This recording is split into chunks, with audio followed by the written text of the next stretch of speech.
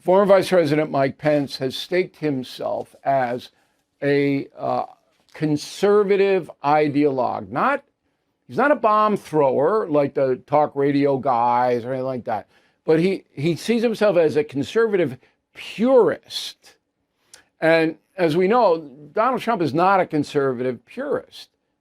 He holds some conservative positions because his MAGA base is largely conservative, but Pence is doctrinaire. So he goes on CNN. This is interesting. Yesterday, the only reason CNN invites Mike Pence on is to bash Trump.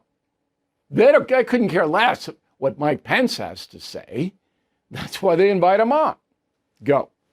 It would stifle American growth, limit prosperity, drive up costs for American consumers, and we ought to be driving again toward that principle of free trade with free nations and standing tough, standing firm on authoritarian regimes like China.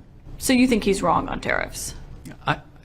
I do think this version of tariff policy that's broad-based, indiscriminate, applies tariffs to friend and foe alike, is not a win for the American people. Okay, but remember, there was no solution put forth by Vice President Pence or anybody else as to how to get that $1 trillion trade imbalance down. And to this day, I don't think Mr. Pence has a solution. He doesn't like the tariffs worldwide. I don't like the tariffs worldwide. Why don't I like them? Because they create instability in the financial marketplaces. So rather than investments and performance, the stock market, the bond market, the dollar, and all that is fluctuating around based on what Sri Lanka might do that day. That's instability. All right?